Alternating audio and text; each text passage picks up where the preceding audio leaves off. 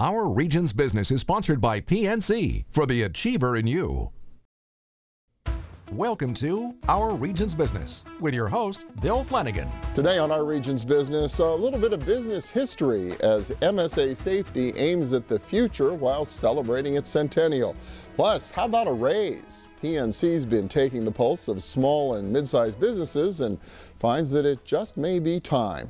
But first, our region's had more than its share of ups and downs when it comes to airline service over the past 15 years or so. In the 90s, you could fly pretty much anywhere nonstop, but we had some of the highest average fares in the country. Today, your nonstop options are more limited, but our airfares are now below average. So what's on the horizon as we look ahead to a new year? Well, Rich Fitzgerald is back with us. He's Allegheny County Executive, and welcome. Good to see you. Good to see you, Bill. Yeah, we've actually had some great news this fall in terms of service out at Pittsburgh International. We have, and just the last few weeks we've announced a couple of new airlines who have joined the roster at Pittsburgh International Airport. First was Sun Air. They're doing a lot of regional service to places like Jamestown, New York, Bradford, Franklin, Lancaster, Altoona. A lot of that's going to be, along the Marcellus Shale and the energy industry, the people in Pennsylvania and that footprint moving back and forth.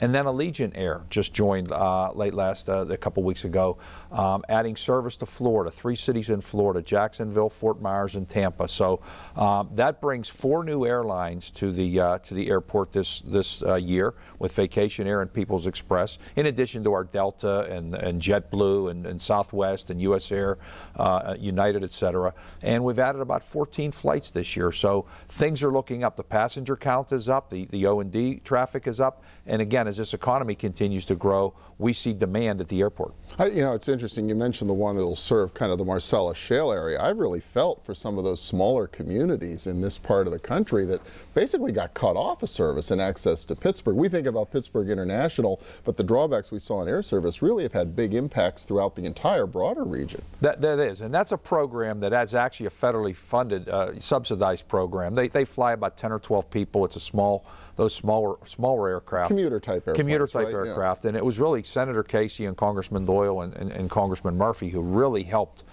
get the federal government to help us, provide that service. So that's kind of the partnering that we do here in this region, and that was very helpful. And I think things are really looking up at the airport for the future. Yeah, and what's behind it all? I mean, the total traffic has picked up again after a few lean years. What's really driving it right now and making it possible to bring more airlines in? I think it's a growing economy. I think it's the model that the airline industry has used, where they've kind of moved everything out of the Midwest onto the East Coast, and it's got a little bit of overcrowding there in the Philadelphias, the New Yorks, the Charlottes, the Bostons.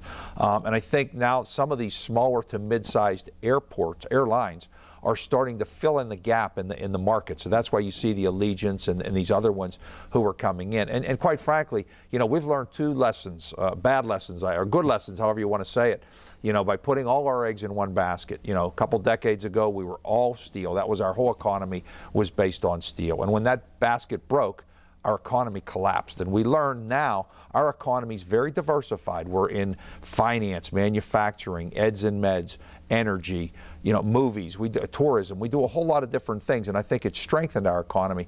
The same thing happened to us in the airline business. We put all our eggs in the US Air basket about 20 years ago, and again, with 9/11, the bankruptcy, when that basket broke, the eggs broke, and our airport was really in bad shape because we didn't have the connectivity for our business community. The costs went up. So now we've kind of learned that same lesson. We're diversifying, bringing a lot of different airlines into the airport, so there's service for everybody can choose from. You mentioned some of the cutbacks in the Midwest in general. Do you have a sense of how we're doing relative to other markets our size that also lost their hubs in the last 5 or 10 years? I don't have those statistics, but my sense is we're doing better, and my guess is because it's the local economy. Our economy is doing better. We're creating jobs over the last few years much more rapidly than some of those Midwestern cities that have lost their hubs. So I think, with the Marcellus Shale, with the energy business, with all those other things that we talked about, the IT and the Googles, and this wave of young people that are moving here to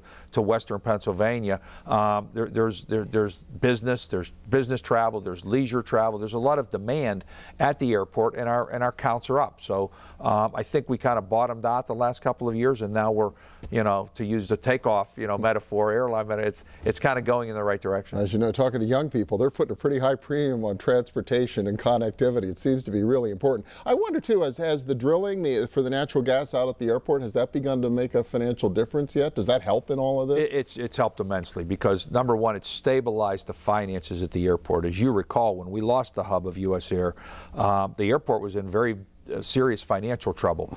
Kind of got a bailout from the state coming in with some of the gaming money. We got about $150 million to help pay off the bonds and the debt at the airport.